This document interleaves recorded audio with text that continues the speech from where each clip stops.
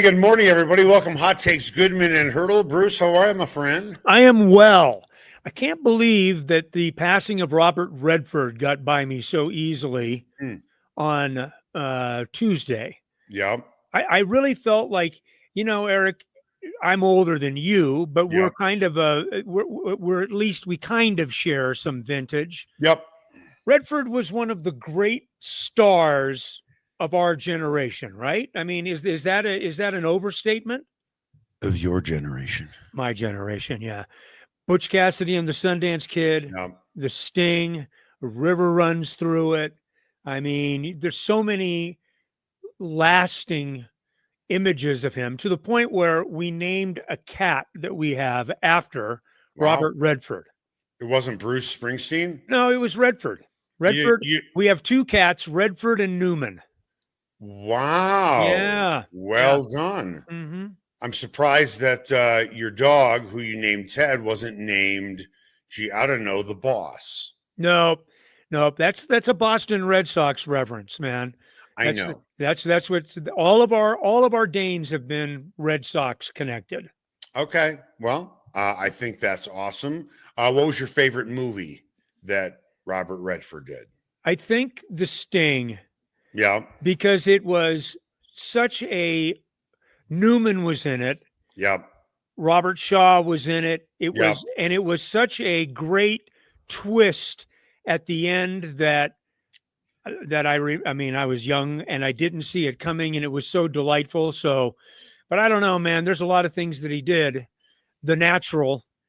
I mean, The Natural is just a damn good movie, and I know that it's kind of silly and it's not true to the book, which was a very dark, really dark book. I mean, that story was dark. So they cleaned it up at the end and made it Hollywood friendly. But it was such a great movie, and he was good in it. And you know that my deal on sports movies are, do you look like you can play the game? Yeah. Right?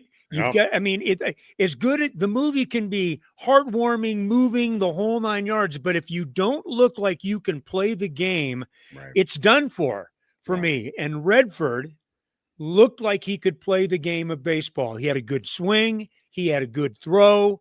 He put his body in the right position, those types of things. But anyway, just a little note about the passing of what I think is a cinematic giant.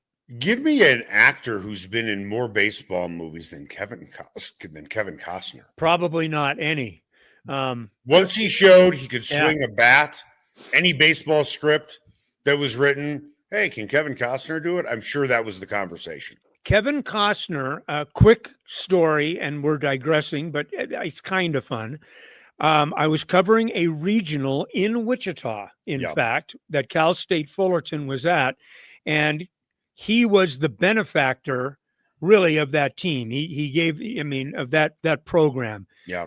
He had spent time at Fullerton. He was a baseball guy, and he donated a lot of money. And he was with them the entire time that Fullerton was in that regional, and Wichita State and Fullerton ended up playing in the regional final.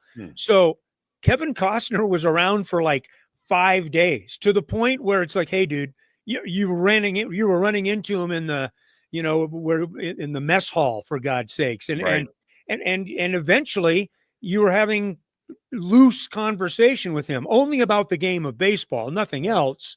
But a really engaging guy who just, to your point, loves the game of baseball. Right. Yep. Hey, real quick, want to tell you about Roller Auction. They always have great auctions going on. A week from today, Planet Open Box is having an auction for factory return electronics, furniture, exercise equipment. This thing has so many different things that you just need to check out to say, hey, ooh, I could use that, or maybe I would like this, and look at this price. All the bidding is online at rollerauction.com. Don't forget to go to rollerauction.com to learn about upcoming auctions. Get what you want at the price you want today at a Roller Auction. Time now for the lead.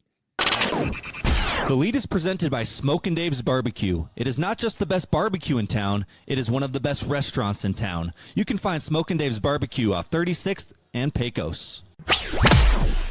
So when you head into the game or a game, it doesn't necessarily, determine wins or losses by what you do in the game, but maybe what happens to other teams before the game. Good injury news, not for the guys, but for, the Broncos. Joe Burrow, we know he's not going to be playing against the Broncos. And now Khalil Mack is not going to be playing against the Broncos on Sunday. But the Broncos have their own injury situation right now. Dre Greenlaw did not practice again yesterday. Evan Engram now has a back injury. Justin Strnad did not practice yesterday. We'll see if any of these guys are on the field today. And as crazy as this might sound, we know what the impact of Dre Greenlaw could be. We know what the impact of Evan Engram could be. But as the biggest loss potentially heading into this game, Justin Strnad, if indeed all three guys don't play. Yeah, because Justin Strnad has been essentially all through last year and into the beginning of this year has been a starter at inside linebacker. Now, they didn't cover particularly well in the game against Indianapolis, and that's he and Alex Singleton. Got to do much better jobs there on running backs and tight ends down the field. But anyway, so you can make an argument that that Strnad, based on the service that he has provided through the first 2 weeks, is the biggest injury in that group. We haven't seen, and this is the slippery slope that you go down when you have a situation with injured players, right?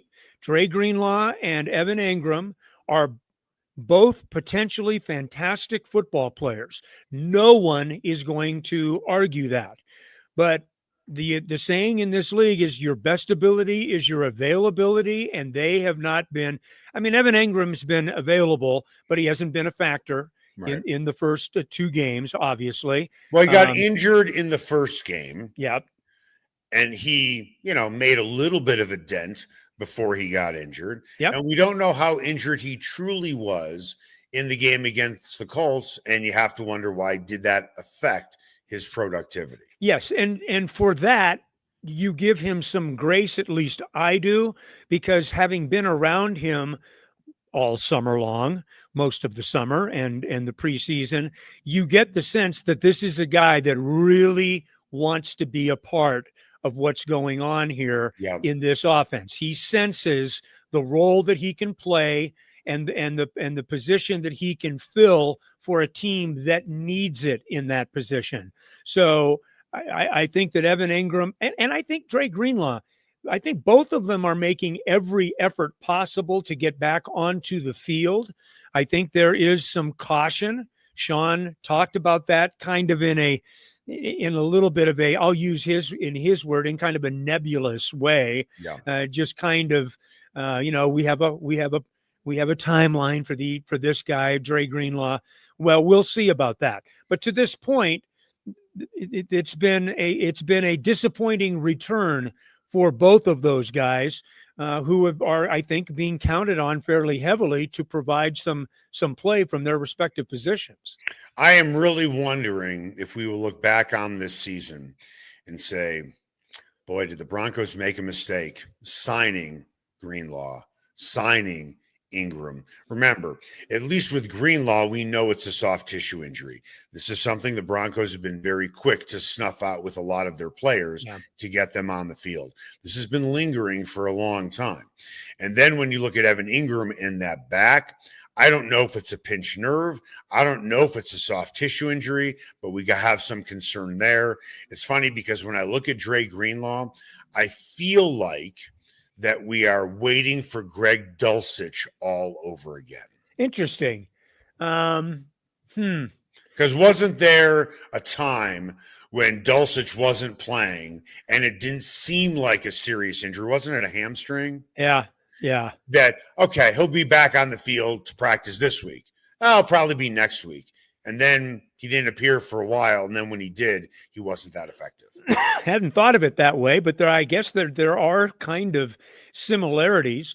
Yeah. I mean, the first thing that I do through the gate is do a entire roster check of who's there and who's not there. Right. Knew that Dre Greenlaw wasn't there yesterday because I happened to see him on the side field. And that's the thing that gives you some hope that it's sooner rather than later. First of all, Sean has said that it's going to be sooner rather than later. He has been a participant, even though he's getting DNPs on the injury reports. He has been a participant. He's stretched. He's done some light work on the side field. I mean, he's suiting up, all of those things. You get the feeling that he's going to be a part of this thing at some point pretty quickly. Strnad was nowhere to be seen yesterday. Evan Engram was nowhere to be seen yesterday. So, yeah, I mean, you've got great return on the free agency from Talanoa Hufanga to this. Yeah. J.K. Dobbins has been, I think he is on a track to be as advertised. Just as long as he doesn't spike the ball anymore. Yeah, I mean, until he gets to the end zone. That would be nice. Here's the rules book, JK. Here's the rules book. You can't spike it unless you go into the end zone. Don't need that kind of demonstrative stay. I mean, it's just kind of like duh. But I think that we can agree that he's a really good football player and can make them a much better running football team. He's got juice. So it's been kind of a 50-50 thing in acquisitions so far in rate of return. Speaking of running, have you ever seen the movie Running Man with Arnold Schwarzenegger? If I did, I don't remember, but that it's does Richard sound Dawson. familiar. It's like a game show. Was he kissing the? I mean, wasn't Richard Dawson the guy that was always making out with people on the Family Feud? Yeah. Thank God it was closed mouth. But it was kind of cringy, though, as I remember. Yeah. It was a little bit like, Anyway, the premise of the Running Man is that you're running for your life, and Arnold Schwarzenegger is the guy being chased, and they always find someone new to try and kill him. So you have all of these, killers sitting in a room. Next up, can Bruce Haertl please report? And that's what it was like. It's like all these guys in a room. And honestly, I think that's going to be the Broncos practice squad room to see who's going to be filling in potentially for Justin Strnad. That's what it's going to seem like, because they have to go to their practice squad now. Drew Sanders is out, right? We'll see about Justin Strnad. Singleton is playing with a broken thumb. Greenlaw probably won't play. Is next man up Lavelle Bailey or somebody else? Yeah, that's a great question. And then you got to be careful and measured about how many times you call guys up from practice squads. There are restrictions about that as well. So you've got to be selective about how you're doing things. You already said it. It will be interesting to see who's at practice today and who's not. And I won't be looking for Dre Greenlaw today. I'll be looking for Justin Strnad. Right. I mean, frankly, because you bring up a really good point. I mean, he's a guy that has been very steady, and a guy that played extremely well in week 1, not as well in week 2, but I think that can be said for every guy on that defensive football team, really up at Indianapolis. So, there are some unfortunately intriguing questions that we still have to get answered on a day-to-day basis with the Broncos. Let's take an objective look at the Broncos opening 2 games. Close win over the Titans, but you walked away from that game feeling a little bit concerned because they were playing a rookie quarterback in his first game. Offense struggled. Special teams was uneven, and the defense was terrific. So you felt really good about one phase of the game. Is that fair to say? Yes. Okay, then with that, loss to the Colts. Offense greatly improved. They did make some mistakes late in the game, like everybody. Defense got shredded. Special teams, once again, making mistakes. And, that was hardly a complimentary football game. With that, how would you compare or how would you evaluate the Broncos right now, 2 games into the season, compared to what your expectations were heading into the season? I thought that they would be, even though we have had warnings about it from Sean Payton himself. Talking about the offense? I would have thought that the offense would and I didn't see any warnings with the defense. No, but I thought that the offense would be maybe functioning at a little higher level than they are right now. Right. Last week was promising. Mm-hmm. It was disappointing that they couldn't put points on the board in the fourth quarter when really all they needed to do was score once. You score once, even if it's just a field goal, you probably win that football game. Okay, but we've talked about that ad nauseum. So, well, hold on. Let me just say this really quickly. You know, you have a bunch of guys who have been together now for over a year. Mm-hmm. Same offensive line. Yeah, 2 years. The wide receiver room is the same with the exception of Pat Bryant. Running backs are new, quarterback is the same, front seven basically the same, cornerbacks basically the same. Hufanga is new. With that, you know, you look at this roster and a lot of these guys came back. They were 1-6 in games in which it was a one-score game. And I would have thought by now that these late game mistakes from all three phases, knowing the continuity that they had coming back, being a team, it wouldn't have been as likely for them to lose a one-score game because they've talked about how close they are to each other, how they play for each other. That to me has been one of the most surprising things. That it was a complete collapse for mental mistakes on so many different areas, and these were coming from veterans. Yeah, Troutman and J.K. Dobbins with the penalty, right? You have, your field goal kicker, Lutz, missing a field goal. A lot of these guys were here last year, man. No, you're right. And I think that, this is the growth curve that they need to have in order to become a serious Super Bowl contender. And I can tell you right now, they look far away from that. I don't know. I don't know. This is why I say far away, though. Yeah. They are far away because each phase has played very poorly in at least one game. Yes. And you've only got 2 games. The special teams hasn't been good in either game. I mean, I'll give Crawshaw credit in game 1. He was good, but that doesn't, I mean, when you have glaring moments of ineffectiveness, that those things trump that. Here is my deal. They are in a position after week 2 where they are still having to work on themselves as much as they are the opponent they're getting ready to face. And for a team that was together for the majority of last year, that to me is what is so surprising. Sean Payton, and rightfully so, has talked about getting off to a fast start. I know their record is 1-1. That's not a fast start. That's not a slow start. They've split a pair of games. But if you pull up the rug and look underneath, overall to me, this is a slow start. Relative to expectations. Offense was hot garbage in game 1. Defense was hot garbage in game 2. Special teams has been uneven in both games. That is not getting off to a fast start.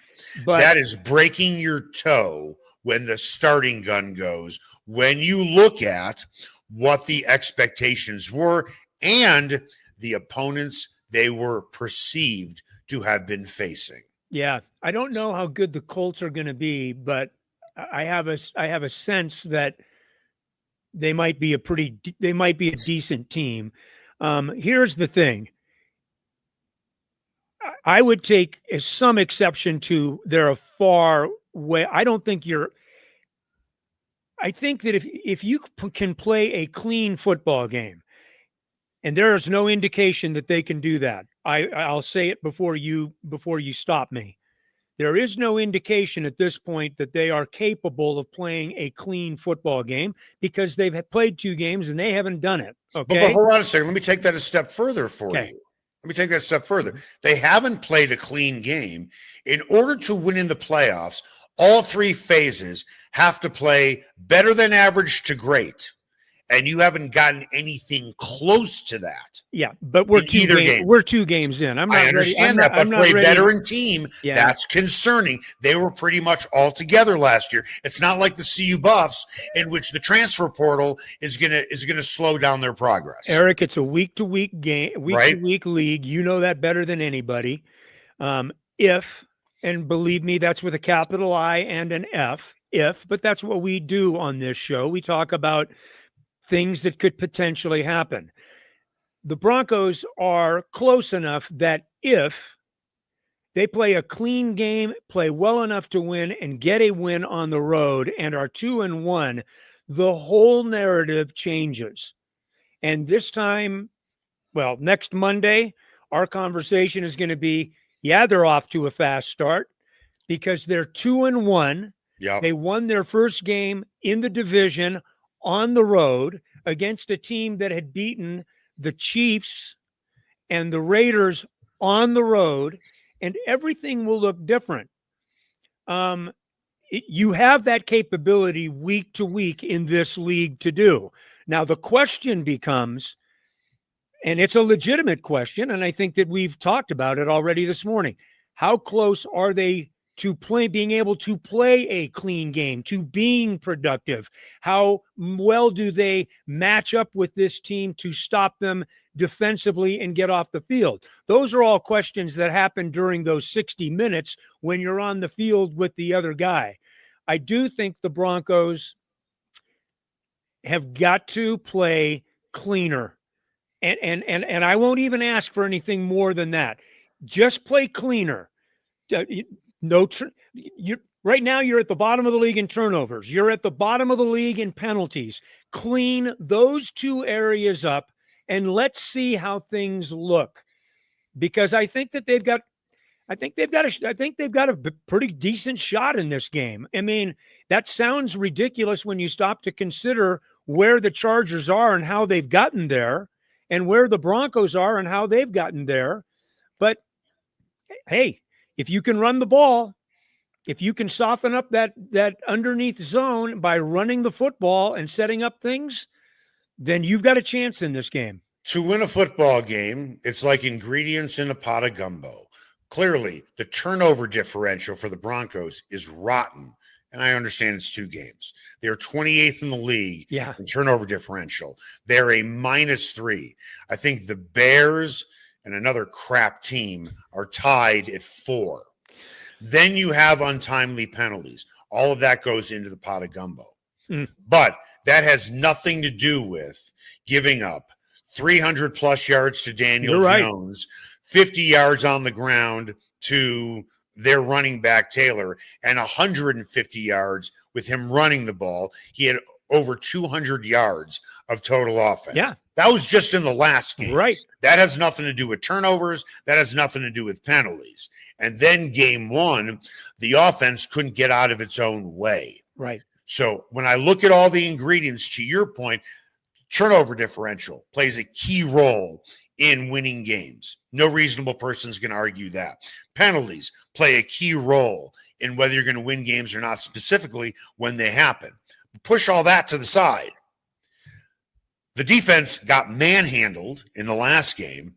That to me is the protein in your gumbo. Right. That's your chicken. That's your fish. That's your andouille sausage. The penalties are the okra. The turnover differential, that's your trinity. Okay? That is your onion and your celery. But the main ingredients are neither of those 2 phases of the game have been anywhere close to being consistent. Well, you've got to play complementary football, and I'm not trying to be, trite. You've got to be able to play well in phases.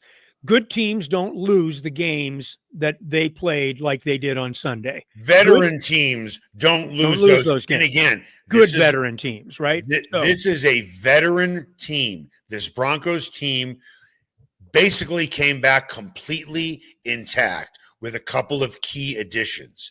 So I'm dating this back to last year, going 1-6 in one-score games. And now they just lost another one because this veteran team that should know better and a coach. I think they know better. And a coach. I think they know better, but it's the execution of it. That's the thing that's even more concerning. They've got the knowledge. They know better. Right. But you still got to be able to go out and connect the dots. Right. Well, what about the coach who should know better? You might want to run the ball a little bit early. Right. And he's the one who fell on the sword for the special teams play in which the leverage thing happened. He fell on the sword for that. Good for him. Maybe it was Rizzi. Maybe Tillman should have known it. And, oh, by the way, I don't know if you read this story, this coming out of Indianapolis. They knew, according to this report, what the Broncos were going to try to do on that potential field goal block. They had seen it on tape. He talked about it publicly and said, we knew what was coming. And I baited Tillman into putting his hand on my back. He said, in so many words, I dropped my shoulder to get him to do this because I'd seen it on tape. I don't know, seeing something on tape special teams wise seems somewhat familiar to you? Kansas City Chiefs game where they knew what was coming as well? I would like to have seen the video that he was talking about a last-second kick from 60 yards. I don't remember many of those. It was the formation of... I understand. Hold on. I understand. That's not it, Eric. Bruce, please let me finish. He said he saw their formation when trying to block a kick. He said he saw. I know for you, because you don't get very agitated. I know when you get agitated when you go into that physical position. I'm fine. Okay, tough guy. What do you got? Well, I mean, you're kind of hijacking me a little bit. So here's my deal. The stupidity on that play was defending it. Look, you don't even defend it. It's a 60-yard kick with no time left. For a guy that's never delivered a 60-yard kick in his life. The folly of that play wasn't, it was stupid enough the way that they did it, but you don't even defend that play. You defend for a fake or whatever it is, or who the hell's going to run a fake on a last-second play there. Let him kick the ball. Let him kick the ball because chances are you have information on what kind of leg this guy has from where he's kicking it. And in the situation, you don't even defend that play. That's the folly of the play. The folly of the play is you got guys looking like they're trying to block the kick. Why? I mean, it's just, that was the stupidity. I think that's what Sean Payton was copying the plea to. It was stupid to even be defending the play. That was my problem with it. And watching it in real time, that's what what are you doing? What are you doing? I agree with you, but that's what they decided to do. Yep. And the Colts knew the formation and the Broncos got baited into it. That's what happened. That's what happened in Kansas City. They knew what they had seen that play on tape.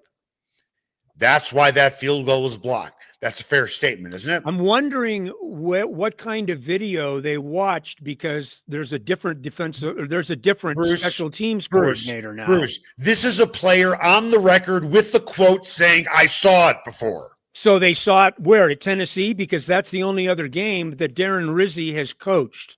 This is a special teams coordinator. Okay. So listen, I feel like you're arguing with someone who is a source and you're doubting the source. This is what this player said. You realize that Sean Payton has been coaching for a long time. You realize that Rizzi has been with Payton for a long time. You realize that the guy they had last year had been there for a long time.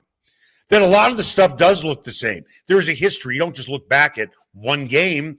You look back at other games. That's what smart teams do, to look at tendencies. You're killing the messenger here. It's ludicrous for me to think that you're trying to bait a guy into a penalty on a 60-yard field goal. Okay, whatever. Let me ask you something, and you know this as well as anyone. Does Tillman ever line up in that spot on a regular field goal? No. They were in the wrong formation. Okay, well then I guess that's another problem too. And I won't argue that. That is a problem. All I'm saying is the guy said, I'd seen it on tape before. Gotcha. We study film. We knew what was coming. I baited Tillman into it. That's what he said. You think he just said it for the sport of it? You're doubting him that he saw it. You don't look at the same film he does, either do I. What I'm saying, I agree with you that they shouldn't have tried to block it.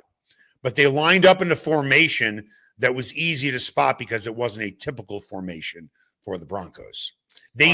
What he said was, we knew it was coming. And they shouldn't have even been in that formation to begin with. That's my argument. My argument is you don't even defend the play. Coming up after the break, good news on Gabriel Landeskog, and could this be it for Jared Bednar if this team does not stack wins in the playoffs? That's next.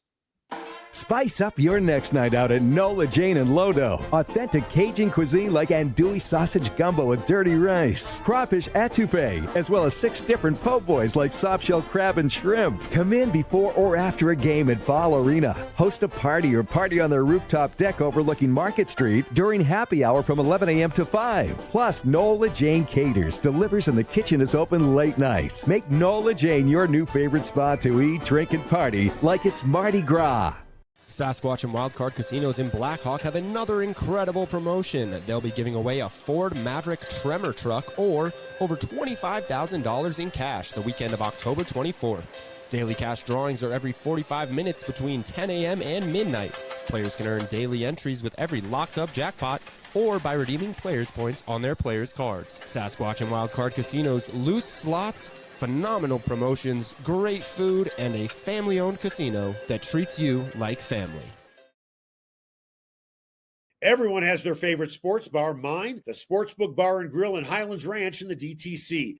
Both locations are everything a sports bar should be. An upscale menu with 12 different burgers, outstanding wings, and my favorite, the Philly cheesesteak egg rolls. They've got every game on the NFL Sunday Ticket, MLB Extra Innings, NHL Center Ice, NBA League Pass, plus soccer, rugby, and UFC. Sportsbook is a hangout bar or great for private parties. The Sportsbook Bar and Grill in Highlands Ranch, the DTC, and coming soon to Parker. They are the sports bar.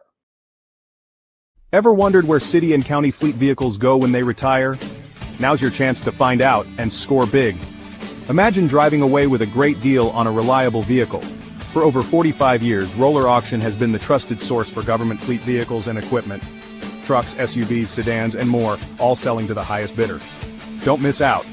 Visit roller.bid/hot takes to get auction updates today. Your next vehicle could be just a click away. Everyone has their favorite barbecue spot. Mine, Smokin' Dave's Barbecue and Brew. My favorites, slowly smoked ribs, smoked corned beef Reuben, smoked meatloaf with a portobello balsamic cream sauce. Don't forget about Smokin' Dave's 16-hour smoked brisket and pork with one of their 4 homemade barbecue sauces. Great sides, you bet. Barbecue beans made with pork and brisket and their southern corn bake. Man, you got to try it. Plus, they have amazing non-barbecue entrees on the menu. Go where I go, Smokin' Dave's Barbecue and Brew in North Denver. Ferguson's Heating and Cooling is the best in Denver, and their customers agree. Ferguson's has 165 5-star Google reviews, and here's one from Betsy. Highly professional, prompt, and honest.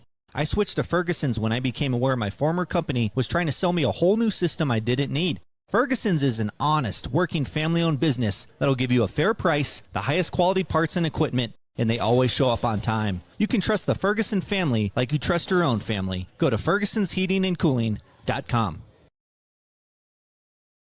And welcome back. Hot Takes Goodman and Haertl.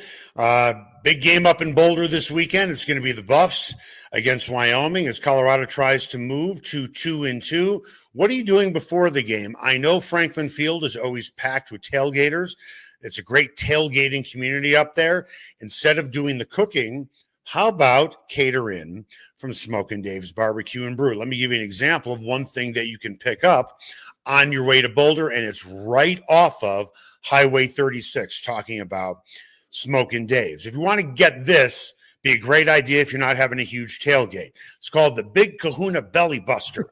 Full slab of St. Louis ribs, whole chicken, half pound of pulled pork, half pound of beef brisket, 4 large sides, 6 pieces of cornbread, serves up to 5 to 7 people, and it's under $100. It's hard to get away with feeding a tailgate 5 to 7 people with $100. Where you spend your money on liquor, depending if you want top shelf, that's your problem. But for food, you could do it for under $100. And again, it's right off of 36th and Pecos. So if you're going to be taking Highway 36 up to Boulder, stop at Smokin' Dave's and let them do the tailgating for you. Time now for What's Trending. What's Trending is presented by Ferguson's Heating and Cooling. Your family should trust the Ferguson family for all your heating and cooling needs, and you'll see why they have over 165 5-star Google reviews. Make an appointment today at fergusonsheatingandcooling.com. Avalanche held their media day yesterday. Probably the biggest news coming out is no restrictions for Gabriel Landeskog, unless he comes to Bednar and says, you know what, I might need a day of rest. I shouldn't go full tilt in practice, but Landeskog is good to go. Nichushkin hopefully stays out of trouble. He is good to go. This top 6 set of forwards, I shouldn't say set, the top 6 forwards on this team, you can make the case, are the best top 6 in the league, and Bednar does believe he has more depth heading into this season. Remember, they acquired depth historically for this franchise at the trade deadline, but they have more depth going into the season than they've had in recent years. I would agree with that on the blue line and with their forward combinations, but the top 6, man, you could put them in any order and they will score. Eric, don't you think to me, and I'm with you on that, that is a true statement. I think the continuity now, the fact that this is a group, now they've added Burns, they've added 2 or 3 guys. So, I mean, there are some pieces of the puzzle that have got to fit. But my feeling about the Avs is they were mixing pieces so much last year at various times. And this isn't an excuse for them. They were in a position to win their series against Dallas, and they couldn't do it. All right, enough said. But I do feel that they start the season in a better place from a standpoint of understanding each other, knowing what they've got, played together. There's some history there. That has got to be good for this team, doesn't it? Yeah. Yeah. And Bednar is going to be the one who is ultimately held accountable by what happens at the end of this season. They have to at least get to the Western Conference Finals. Minimum. Get to the Stanley Cup. Okay. That's even better. They have one of the best rosters in the league. Everybody loves Jared Bednar. And there is a difference between how Michael Malone worked with his team and how Bednar works with his team. But the Cronkies have shown, even if you're the winningest coach in that team's history, you are always in jeopardy of losing your job. Malone's situation, very different than Bednar. But with the talent that they have coming back, now they could get injured again, and then maybe you don't throw it on Bednar. And I think Bednar's done a wonderful job. But at the end of the day, with all this talent, I hate saying about somebody that they're on the hot seat, but he's on the hot seat. I would imagine there's urgency in that. I would imagine there's urgency. I feel like there's always urgency from the front office. Joe Sakic is one of the most competitive guys as an administrator in all of sports. I mean, that's a guy that won at the highest level. I think Chris McFarland is a very proactive general manager, which to me signals an understanding that they are in a window and have to make the most of their opportunity when they're in that window. And I think that that filters down into the clubhouse and the locker room. I think that this is a team that understands the opportunity that they have. They probably understand, based on the last couple of years, how fleeting that opportunity can be sometimes if you don't take advantage of it. They've had some factors, obviously, at various times over the last 3 years that obviously have been pretty well chronicled, that happened beyond just things on the ice. But now here you go. You're going into a season with a group that understands each other, relatively good health, it appears, right? Relatively good health. You already talked about two of the main cogs, Nichushkin and Landeskog. What is holding this team back right now? The answer is themselves, because this team should be in a position to be the team to beat, really, in the West, I think. Finally, their goaltending situation is set. Landeskog is back. Nichushkin, for lack of a better phrase, is back, even though he played, last season. I get it. I think one area where I think that they will improve, and I don't think it has a lot to do with the change they made, is on the power play. Okay? So they have a new power play coach. The problem to me for the Avalanche during the power play last year, specifically in the playoffs, they were doing what they've always done, which is they look for the perfect pass. They look for the perfect shot. When it comes to their power play, they don't get off a lot of shots comparatively to other teams, but their conversion rate is high. Yeah. Because they don't get off a lot of shots. Why don't they get off a lot of shots? When's the last time Landeskog really stood in front of the net on the power play? Yeah. You need guys like that. That's why I've always said about Nichushkin, he was the most similar player to Landeskog, willing to go into the corners, stand in front of the net, do all of those things. And now they have two guys on the power play who will stand in that crease area where it doesn't have to be the perfect pass, where you just fire it and maybe one of those guys gets a loose rebound. But when nobody's standing in the net and that goalie is not screened, you have to try and beat the goalie one-on-one while he's looking at that puck the entire time. You just brought up something, and I think you're just right on target. When you stop to think about the one thing that they need to do, that would probably be it, especially if you take that series against Dallas where they just really suffered with the man advantage. They just couldn't do anything in a series that begged them to do it, and really was probably the difference in the series. If that's the one thing, excuse me, if that's the one thing that you can tighten up and feel like, hey, we can make some progress and do some different things in, they don't have anything else that you really are wondering about. You've talked about the blue line. Yeah. They've made some intriguing additions on the blue line. It appears to me that they're going to be more physical on the blue line, which I think is a good thing for this team. Yep. You talk about those first two lines. Oh my God. I mean, the danger of them on the ice is self-explanatory. So, and goaltending, this is as settled in the nets as I've seen the Avs in any of the 10 years that I've been in town. They have two guys I think they have a great deal of confidence in. So if we're talking about one area that if we can guarantee improvement, this is going to be a pretty good hockey team. And I think that you feel that way. This is going to be a pretty good hockey team. Let's just say, for the sake of argument, your top line is McKinnon, Necas, and Lehkonen.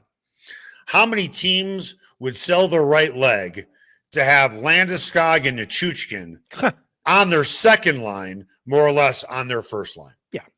I mean, are you kidding me? Right. I mean, I don't know the game like you do, but I know enough to know There aren't two guys like that on just about any second line anywhere in the NHL. Right. So that puts you in a very good position. You got to stay healthy, Eric. I mean, right? You got to stay healthy, and you can't get off to the kind of fumbling start that they did a year ago, right? Where they just were kind of nondescript and they'd win a game. Well, but hold on. They were so injured that basically it was like, it was kind of like watching the Rockies and their AAA players. They had so many guys up. Yes, they did. From their minor league team. Mm-hmm. I'm not going to put fault on them for that. Yeah, I'm not going to put fault on them, but it didn't change the way that the season started. And I think it's a challenge for them. And I've heard Jared Bednar say this. He said it at the end of last season about being able to get off early, being able to really establish, very much like David Adelman is talking about with the Nuggets. And Sean Payton is talking about the Broncos. Well, fast start. Seems to be in the coaching handbook that on page 32, there is a chapter called Fast Start. Yeah. Although a fast start in the NFL is different than a fast start in the NBA and the NHL. 17 games. Yeah, 17 games, compared to 82. Yeah. But having said that, you're right. There is an echo in here, and all three have made that refrain. And I think that the Nuggets didn't get off to a particularly good start a year ago. Let's put something into perspective here. In baseball, hockey, and basketball, you could start the season 0-4, no big deal. No big deal. None. You start the season 0-4 in the NFL, your season's over. Yeah. That's done. 25% of your schedule. Yeah. So yes, there are differences between fast starts in different sports. So there are people right now in Kansas City that are borderline panicked about the potential of the Chiefs going on the road to face the Giants this week as an 0-2 football team. Think about that. And you know why they should be worried? Because the Giants, they have Russell Wilson! Thank you. You saved me. By the way, good luck on your event in Dallas. I know you put a lot of time and energy and heart into it. I know it's going to go well. Thank you. Troy and I will be on the show tomorrow, and Eric will be back with us on Monday as we are reunited. Guys, thank you. Bruce, you and Alex, hope you and the two of you and Troy have a great show tomorrow. I have an event tonight down in Colorado Springs. It's a tough turnaround. I'll be home not that anybody really cares, but I'll be home from that event in Colorado Springs about 10:30 if I'm lucky, and then need to be up at 5 in the morning to hit a 7:30 flight to go to Dallas on Friday. You get the tough yards, my friend. You get the tough yards. And you know what the difference is between me and other guys like maybe J.K. Dobbins getting the tough yards? Oh, I don't know. If tonight's event goes well, and I would expect it to go well, I will not be celebrating where I will get penalized. That's going to do it for us. Hot Takes, Goodman and Haertl. Make it the best possible day you can.